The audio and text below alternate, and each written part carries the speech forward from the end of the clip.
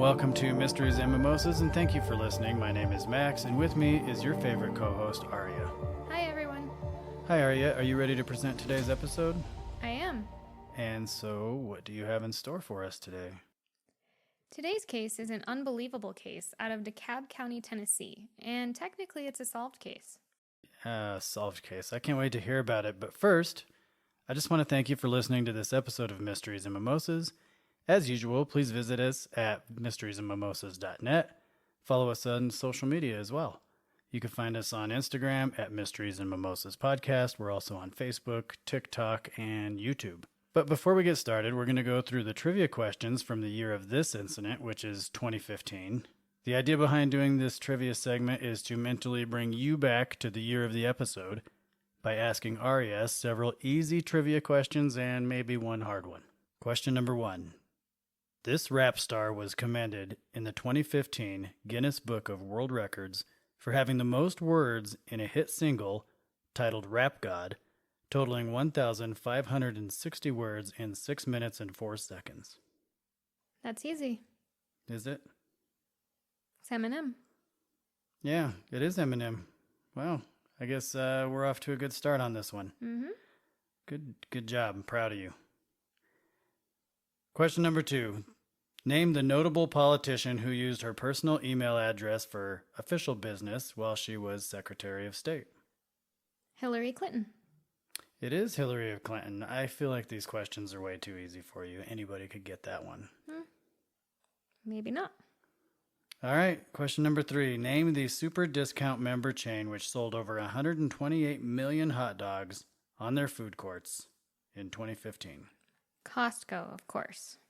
Why do you say of course? Because everybody goes there for the whatever. Remember they were like, we're not going to ever raise the price of the hot dog drink combo or whatever. Yeah, I think I do remember something about how it's the same price as it's always been or something. Yeah. Okay. So that's an easy question. All right, last one. See if you can get 100%. Everybody's really hoping that you can. Of course, I have my doubts, but I think actually this one's so easy, even Aria can get it. Why do you have your doubts? You said you were rooting for me. I know, I'm just kidding. I am rooting for you. In 2015, this famous late-night television personality hosted The Late Show for the final time.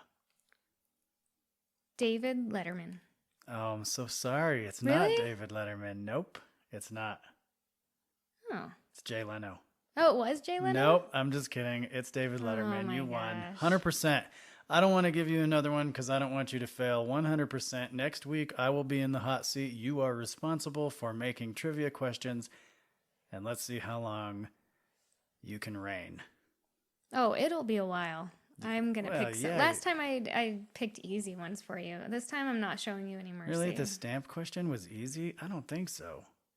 Did you even get that one exactly right? I did. Oh. Yeah. Well. You actually mentioned it like an episode or two away, how you were surprised that I got the stamp question right. I'd forgotten all about it until you mentioned it. Oh. Yeah. So there you have it. Aria finally wins trivia. I think you need... Go ahead. Reach over there. Help yourself to an airhead. You deserve it. Airhead candy. No? I'm good. You're thanks. good? Yeah. All right. Okay. That's all I get, though, for winning is an airhead candy? Well, no, but no, you don't just get an airhead candy. You also get to ask me trivia questions until I get 100%. Okay. And you can make fun of me and entertain people at my expense. Perfect. Okay. Yeah. That's worth it, then. Okay, so moving on, and thank you for doing that. And of course, it wouldn't be a complete episode without a mimosa recipe. So, Aria, what are we drinking today? Today is the raspberry lemon mimosa. So you'll take a 1/4 cup of raspberry lemonade and then top it with your favorite champagne and use raspberries as a garnish. Super easy. I love raspberries. Mm-hmm. I love lemonade, and I love champagne. This is the perfect combo. It is delicious, and I really like it. Thank you for sharing that with us. You're welcome. I just want to give our only sponsor, Dragon Glassware, a shout out. I know I always mention it, but Dragon Glassware has been with us since we started this podcast. In fact, they sponsored us before we even published one episode. And it's really because we reached out and we're like, hey, any any chance you want to give us a sponsorship? We really don't know what we're doing yet, but we love your glasses. And they're like, yeah, let's do it. So that was pretty awesome. If you're interested in supporting our show, head on over to Dragon Glassware, pick up one of their amazing cocktail glasses. If you enter the promo code Mysteries and Mimosas podcast at checkout, you'll get a 10% discount off your entire order, and they make a small donation back to Mysteries and Mimosas to help us out with this show. Yeah. So I'm sorry. No, go ahead. No, you go ahead. I was just going to get into the episode. Oh, go ahead. Get into the episode. All right. Today's case? Yes. Okay, I'll just help you out. Today's case, go ahead. Sorry. All right, so let's get into today's case. Today's case is about 21-year-old Lauren Taylor Agee from Hendersonville, Tennessee. Lauren excelled in both academics and sports, specifically dancing. Lauren was a straight-A student in her second year of college, majoring in criminal science. The one thing that stood out about Lauren was her outgoing personality. She was a fun, energetic person who was always smiling and always laughing. On July 25th of 2015, Lauren told her mom she was going to a local community get-together called Wakefest with her friend Hannah Palmer, Hannah's new boyfriend Aaron Lilly, and Aaron's friend Chris Stout. That sounds fun. Wakefest? Yeah, let me tell you what it is first. Okay. Wakefest is a wakeboarding tournament that takes place annually on Center Hill Lake, which is approximately 2 hours outside of Nashville. Hundreds of fans attend Wakefest to watch the professional wakeboarders during the day and then party at the marina bar and in houseboats on the lake in the evening. Like I said, that sounds like a lot of fun. Yeah. I didn't even have to have your explanation to know I want to go check out Wakefest. Right? Yeah, I think, especially for college kids, right? That, that age group, I think probably would have a really good time. Oh, yeah. No, I would like to go to a Wakefest where they have like a 9 p.m. curfew bedtime. Exactly. Where I get to just, crawl into bed and watch a scary movie or something. Yeah, That would be up my alley. Yeah, that's our fun. We're not staying up all night partying, but for college kids, it sounds like a great time. So Lauren's mom, Sherry Smith, said she felt uneasy about Lauren going to Wakefest with this group of friends. Because although Hannah was Lauren's friend and they had known each other for years, she really only came around when she was in between boyfriends. Interesting. So she only came around when she was like in between boyfriends, meaning she was single and she'd come around? Mm-hmm. Well, I don't really necessarily think that makes her a bad friend. I mean, I think all of us can relate when we have friends and we're spending a lot of time with them and then they find somebody, a love interest and they start spending time with them. You kind of go by the wayside. So I don't necessarily think she's bad for that. No, I don't necessarily say she's a bad friend because of that, but I think as a mom, when you see that happening to your child and, they have this really good friend and then friend goes off with boyfriend and then they break up and then she comes back, kind of sounded more like it was when it was convenient for her. So I can see a mom saying, oh, I don't want to see my daughter upset or sad. Right, being protective. Yeah, I can see that. But sure. Additionally, Hannah had never met Aaron or Chris before this day. When Sherry asked Hannah where she would be staying while at Wakefest, Hannah reportedly told her mom they were staying in a cabin at the lake. Although Sherry was reluctant, she gave Lauren a big hug and sent her on her way, never knowing this would be the last time she would see her daughter alive. That's really sad. To think of hugging your child before they walk out the door, not knowing that you might not ever see them again. It kind of reminds me, and I know it's not the same, but it kind of reminds me of like, you hear people say, oh, at one point in time you picked up your kid when they're a toddler or whatever, or a child, and you put them back down and never picked them up again. There was that time your parents picked you up, put you back down, and never picked you up again. Mm-hmm. That's why I make it a point to pick up my teenager every chance I get. Yeah. I mean, yeah, especially as a mom, that's heartbreaking to me because I can just imagine that, because I hug my daughter every day. I hug her every day before she goes to school, even when she doesn't want me to. I would just always give her a hug. And so to think that would be the last time that would happen is so heartbreaking. Lauren and Hannah documented the car ride to Center Hill Lake on social media, and by all accounts, the first day there went well, and Lauren was having a good time. The group of four spent the evening into the early morning hours of July 26th at the Marina Bar, laughing and having a good time. Lauren ran into one of her other high school friends, Cassie Franks, on the dock of the lake that night. What's interesting, though, is that Cassie is actually the ex-girlfriend of Aaron.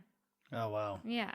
Interesting. Yeah. Kind of a small community then, maybe. I mean, maybe. It sounds kind of like it. At around 2 a.m. that morning, the group of four decided to head to bed for the night. This is when Lauren found out the plan was not to stay in a cabin as she had been told earlier, but rather to camp on a rocky outcropping across the lake from the marina. The outcropping was rocky and steep, with a 90-foot drop on one side and a 45-foot drop on the other side. The outcropping is surrounded by Center Hill Lake on both sides, and it's very difficult to climb to the top. That sounds scary. Yeah, for sure. Lauren didn't feel good about this sleeping arrangement, so she asked her friend Cassie if she could stay with her group. Unfortunately, Cassie told her they didn't have enough room for Lauren in their cabin, which was the last time Cassie saw Lauren alive. So, because there wasn't enough room for Lauren to stay with Cassie, the group of four headed to their camp in a canoe at approximately 2 to 2:30 a.m. When they arrived at the camp, Hannah and Aaron retreated to the only tent, leaving Lauren to share a hammock with Chris. The hammock, by the way, was stretched loosely between two trees with a rope and hanging precariously above the jagged rocks and water below. It's kind of scary, seriously. That's really scary. Like, yeah, I mean, and if you see pictures of this outcropping, you'll see, and how that hammock kind of hung over the edge, it's terrifying. I mean, I wouldn't trust it, with just me, let alone two people laying in that rope was going to hold, and I wasn't just going to go falling down the side of that cliff. That's terrifying. Yeah. So on top of it just being scary, I find it kind of hard to believe that Lauren would want to share a hammock hanging over a cliff with Chris, whom she had just met that day. According to an article by Chilling Crimes, Cassie said Lauren made it clear to Chris that she was not interested in him romantically. Okay, that's interesting. Yeah. But she still went up there. Yeah.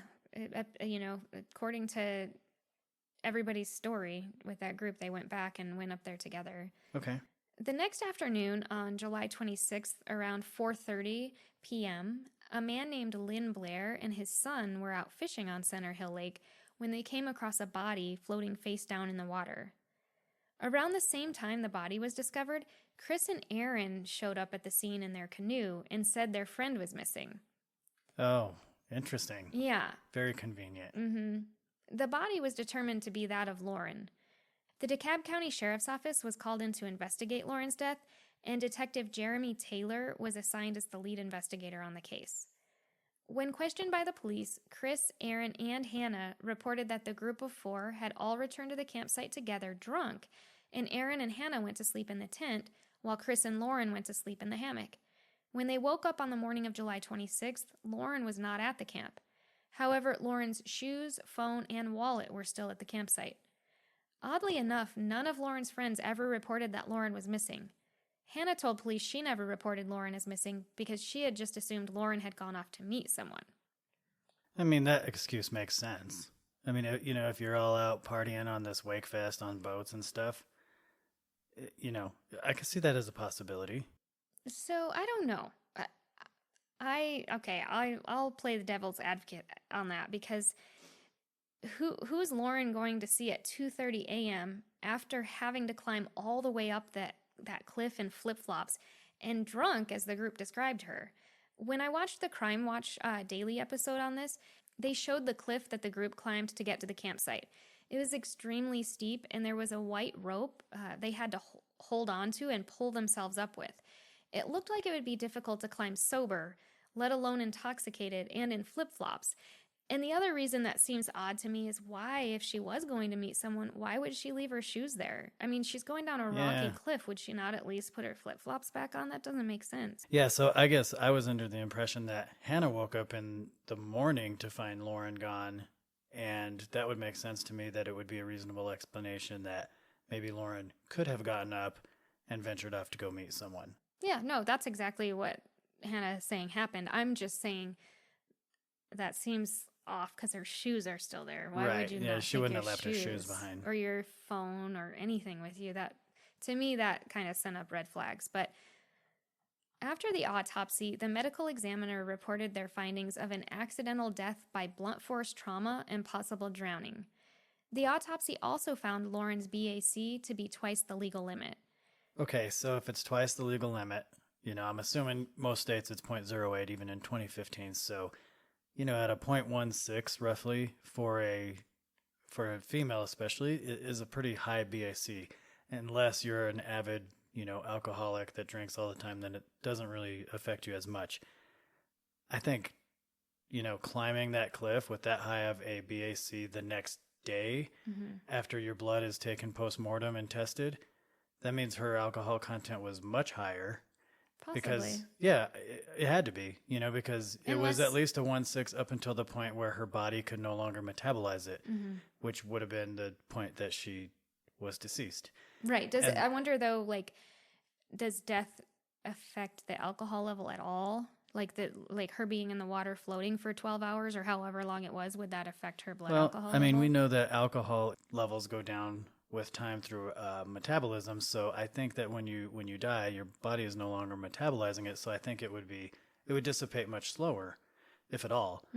And so, I guess depending on whether or not she was, when she stopped drinking, whether she was going up or even coming down, at one point in time, I'm just confident to say that was not her most intoxicated state that night. Okay, that would be my, educated guess. And so my point is, even at that high of a level, we're splitting hairs here, but even at that higher alcohol level, it would be almost impossible for somebody to climb that, that outcropping without even, with the help of a rope. It's going to be extremely difficult. And so to think that she would have came back down on her own doesn't make sense. That's my point. That's what I was saying before too. Yeah, like you're, on top of being intoxicated, you don't have shoes or anything. That doesn't make sense to me.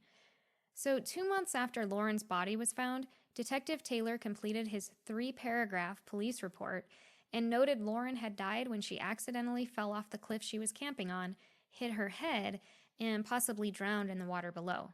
The case was closed. Okay, hold on. You said a 3-paragraph death investigation report. Yeah, that's all. That's what it was. 3 paragraphs. Okay, so, I've done lots of death investigations. Most detectives have.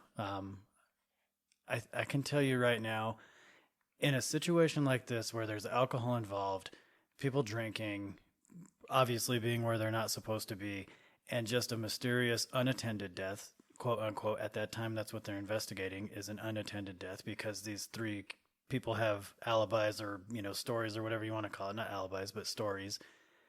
You're going to put a lot more effort into this investigation than 3 paragraphs worth of work. I write 3 paragraphs opening a case. Right. Reviewing somebody else's stuff to open a case. I write way more than 3 paragraphs. So I'm just going to say 3 paragraphs on a death investigation report, unless it's an assisted living, hospice type situation. Even then, 3 paragraphs is, I'm just going to say it's shoddy work. It's laziness. Well, I think Sherry felt that way too, because when she received the completed report of her daughter's death investigation, she did not believe what she was reading. She did not believe her daughter had accidentally fallen off that cliff and drowned. For one, there was no water in her lungs. Lauren's body also showed signs of a possible struggle. Lauren was found to have a large contusion to the back of her head, bruising on her back, bruising on her thighs, and a strange-looking bite mark on her chest. In addition, Lauren had a strange-looking triangle imprint on her upper abdomen area. There was also blood found in Lauren's throat. Lauren also had a broken nose and a busted lip. Sherry expressed her concerns to DeKalb County authorities, but her pleas to reopen the investigation into her daughter's death fell on deaf ears. Yeah, and obviously you would want your daughter's death investigation reopened with that poor of a job. And I saw these triangle marks on her abdomen. That's what we call pattern bruising. And so some sort of device made that imprint on her. In order to have that type of bruising or that type of marking, it's indicative of something making that impression. I mean, the example I can give to kind of paint the picture is I do child abuse investigations. And so sometimes you could tell the difference between like when a child, I don't know, falls down and hits their back on a slide or the monkey bars or something versus when you see a child that's been abused with a belt buckle and a belt, you'll see the pattern bruising of the belt. Sometimes you'll even see the holes from the belt, but you'll even see the buckle outline imprinted on them, and that's what's called pattern bruising, and that's what this looked like to me.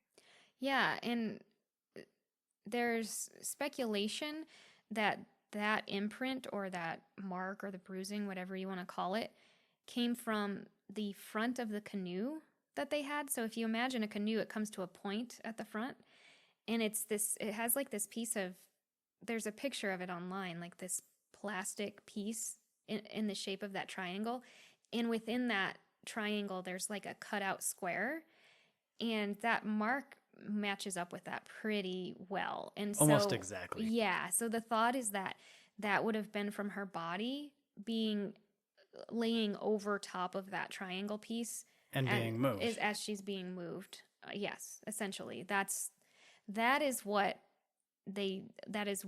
as I'll get into this, her mom hired a private investigator, and that is what they thought about that pattern bruising. But then investigators came back and said, oh no, that was from when we put her in the cooler, her body in the cooler on the boat to transport her back to shore. Right, but did they have any of those patterns in that boat? Not that they could reveal. It didn't seem like the angles or anything would have matched up to that. Yeah, and if you look at the photo, based on my observations, just on the very poor picture that I was able to look at, to me it looks like those are post-mortem pattern marks, only because you can see where the blood kind of pulls around it to formulate that mark. Mm-hmm. And so, for people who don't know what the lividity is, you look at the way that the blood settles with gravity in a dead body, because then if it doesn't match with the way the body's laying, you can say, okay, this body wasn't like this when when they passed. Right. They were moved. Mm-hmm. Because of the way that the blood settles. And to me, it's very faint, but to me, it looks like there's some blood settling that causes that pattern mark with the triangle. That's what it looks like to me. But again, it is a very, it's one picture. It's very hard to see, but just based on my experience, I've seen, a lot of stuff like that, and that's what it looked like. Right, exactly. And of course, these are just opinions, right? But it looked very similar to the front of that canoe. Yeah. From the photos that I saw. Yeah. Had they done more than 3 paragraphs, right, they probably could have measured that, pattern bruising or that pattern impression, and they probably would have matched it up with that canoe. I almost guarantee it. Yeah. So like I said, Sherry hired a private investigator. She hired Sheila Wysocki to look into her daughter's death. Sheila was as shocked as Sherry when she read the findings from the investigation conducted by the DeKalb County Sheriff's Office. Sheila discovered that there was no report indicating that any DNA had ever been collected from Lauren's body.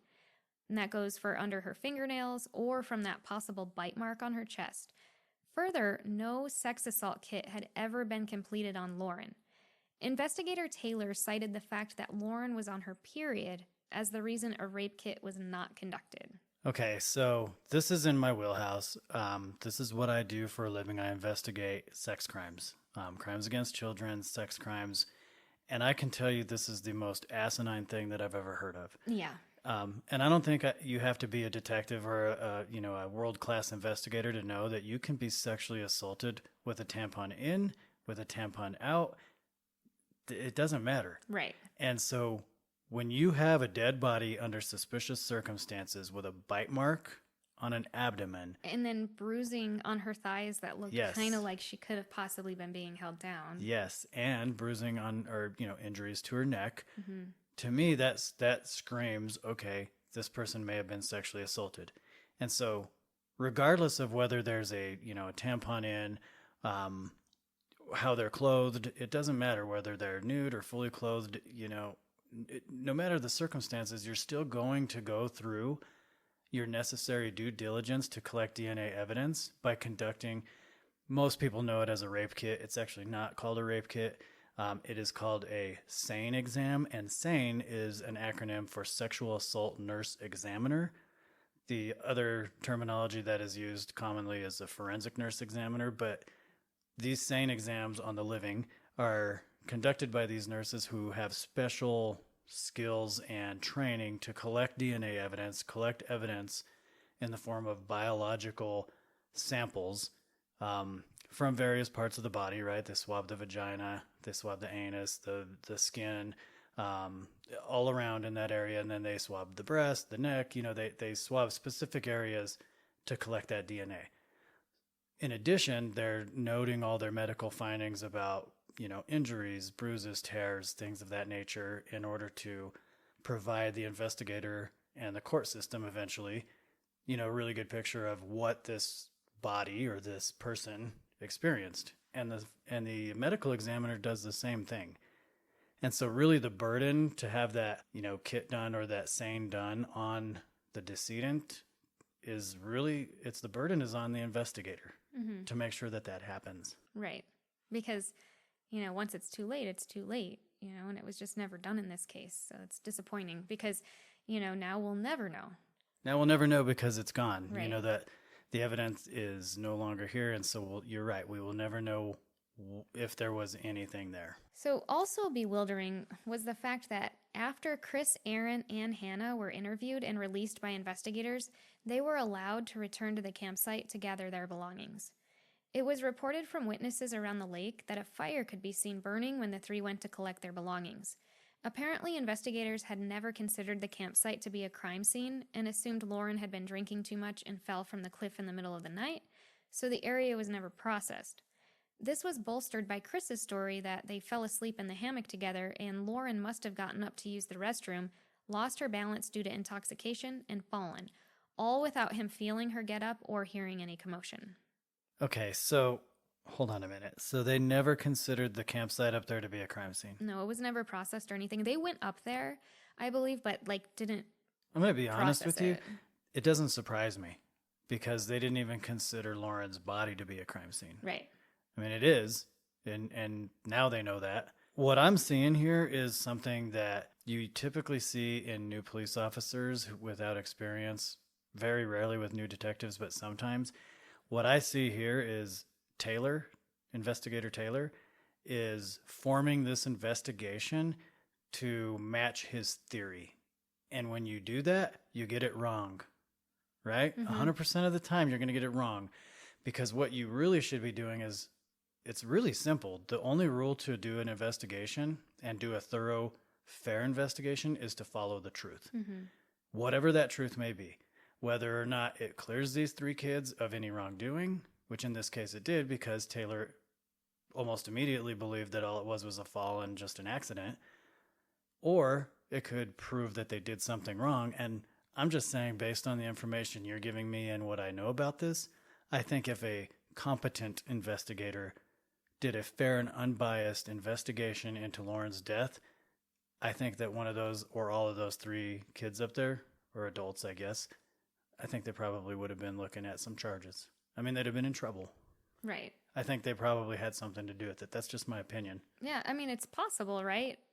One way or the other, but had a thorough investigation taken place, maybe we would have that answer. And we will never know. Right.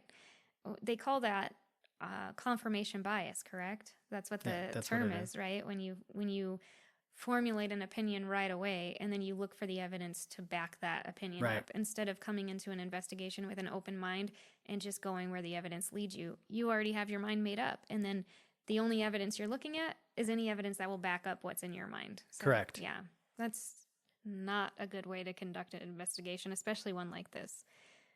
So Lauren's mother filed a wrongful death lawsuit against Hannah, Chris, and Aaron in hopes they would be forced to answer questions.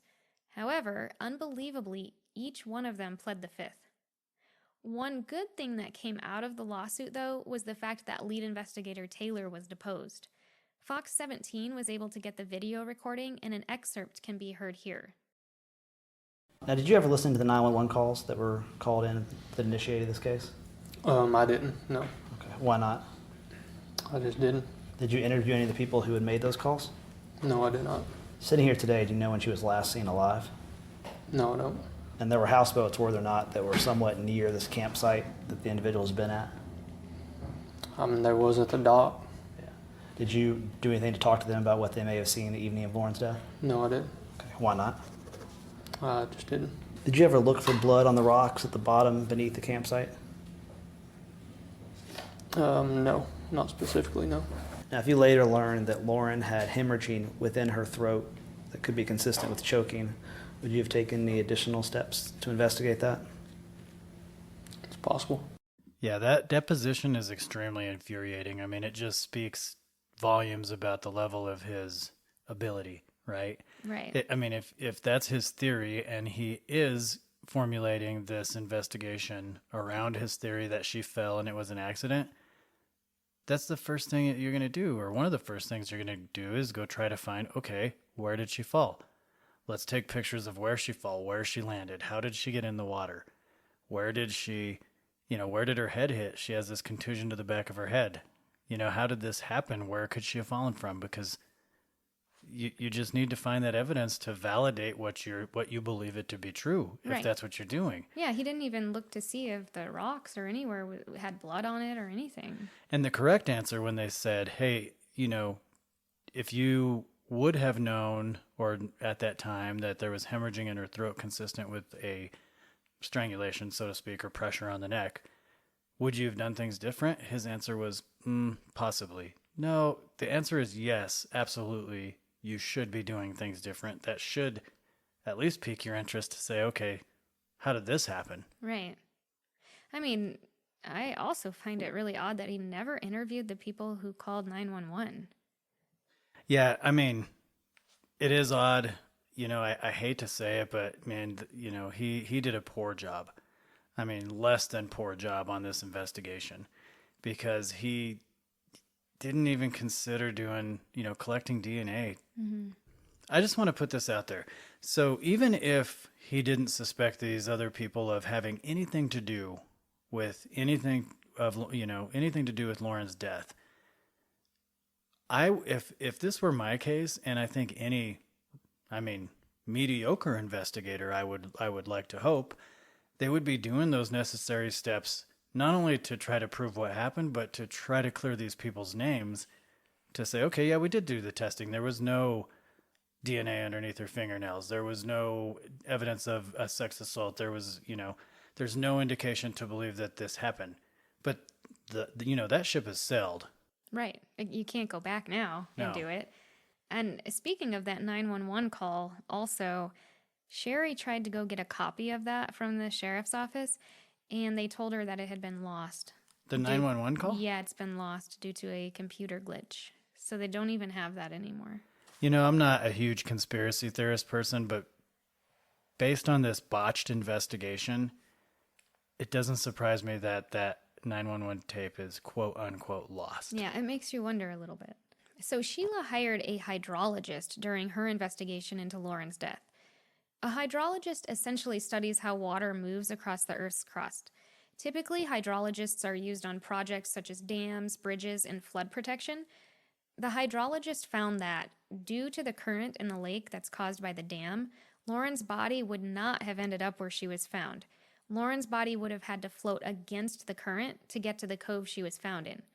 Conversely, Lauren's body would have floated toward the marina had she fallen off the cliff, as the DeKalb investigators claimed.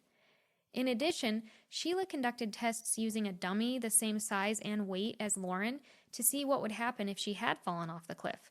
This test was conducted approximately 50 times at various locations on the outcropping, and not once was the dummy able to fall through all the trees and into the water. Okay, so it sounds like Sheila is doing all the right things that DeKalb County did not do. Yeah. I mean, this is not a super difficult case to investigate. It's not. I mean, you have a person who's missing who wasn't reported. There's suspicious circumstances, such as, the fact that her shoes and everything else is up there. The fact that, this guy on the canoe shows up just, out of the blue where the body is found. I mean, to me, it's real easy. You just work backwards. How did this body get here? Okay, it's impossible for it to have floated here. And then from there, it becomes super easy to be like, okay, you guys tell me what happened. Oh, she must have fallen off the cliff and floated over there. Well, now you know there's inconsistencies in their statements, and you start working those small inconsistencies to try to get to the truth. Right. I mean, I don't think that detective or investigator Taylor, just went out to maliciously do a bad job, but I think he had a lack of experience and training, and that's exactly what it led to. Yeah, I would agree with you. I think that it is there is a lot of fault on the sheriff's office because I don't know a single detective that would botch an investigation this bad. And you're right, it probably has mostly to do with his inexperience at that time. I think that obviously he would give the legal answer of, I didn't do it just because, and maybe that would have changed. Probably things would have changed. He would have to give the legal answers to obviously try to protect himself and stand behind his work. But what he really should be doing is saying, you know what? I guarantee intrinsically inside he's thinking, I wish I would have done more. Sure. Because nobody absolutely. wants to be in the shoes that he now is in. Right. Adding to the mystery of this case is the fact that Hannah, Chris, and Aaron never attended Lauren's funeral services. Chris also posted to social media the day after Lauren's body was found that he had the, quote, best weekend ever, end quote. Okay, so the timing of that, not only is it suspicious, but it's distasteful. It's sick, yeah. Like, whether or not, I mean, you didn't know her well, right? They just met that day.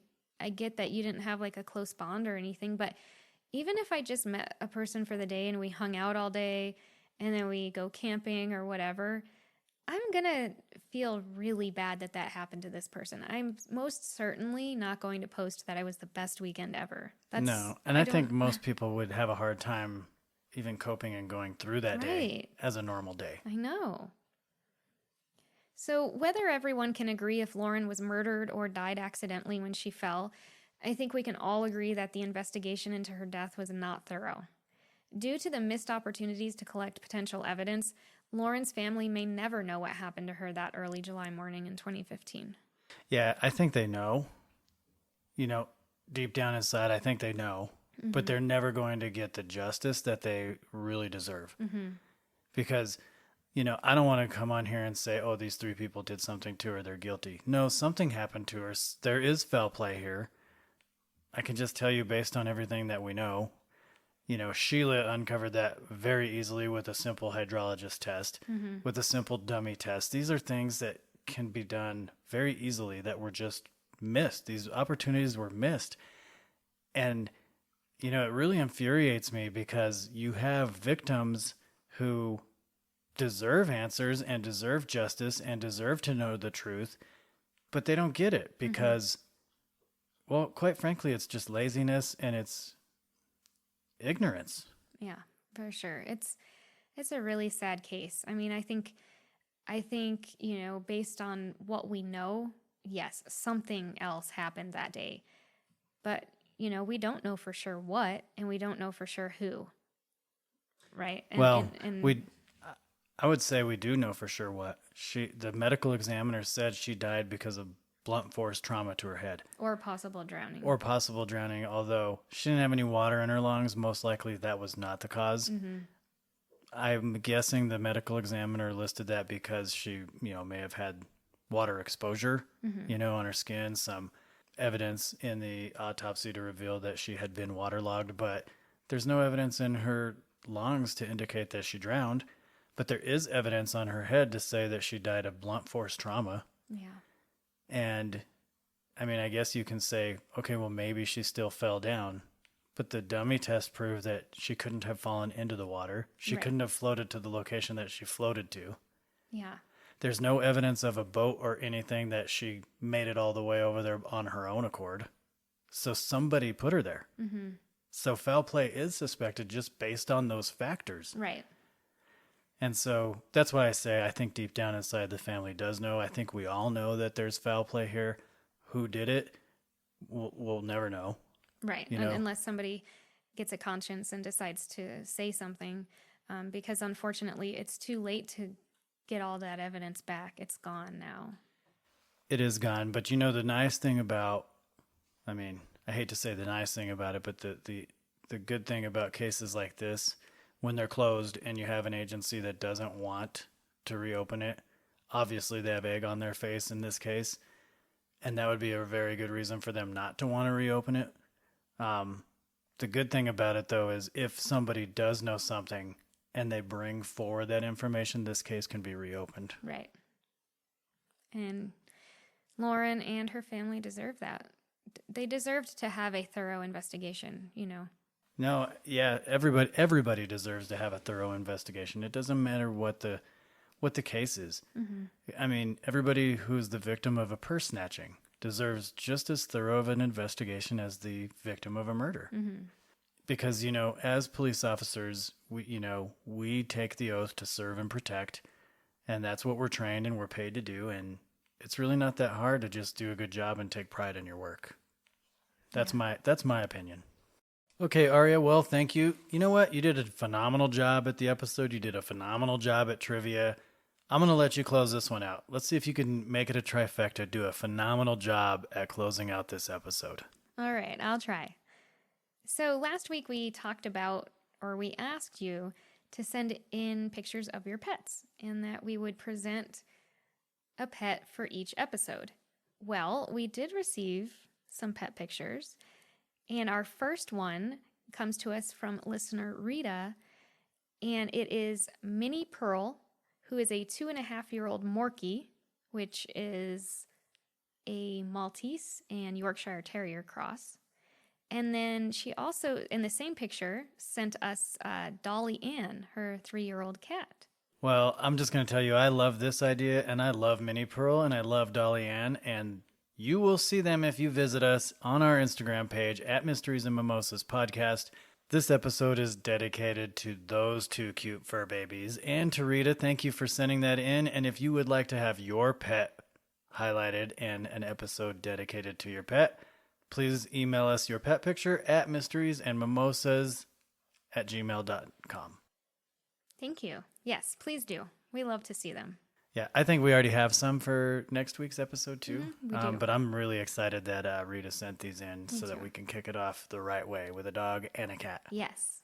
Okay, thank you for listening. Please do us a favor. If you want to support us, you can obviously shop at Dragon Glassware. But if you want to support us in another way, you don't have to buy those awesome glasses. You can drink your mimosas out of your lame plastic glasses. Don't do that. That would probably ruin a mimosa. But you can drink them out of your lame glassware that you have in your cabinet, or you can go get a super fancy one at dragonglassware.com. And if you don't want to do that, that's okay too. You can support us by giving us 5 stars, leave us a review, reach out to us, interact with us, tell your friends and your family about us. And of course, let's raise our glasses to Taylor Agee and her family. Cheers. Cheers.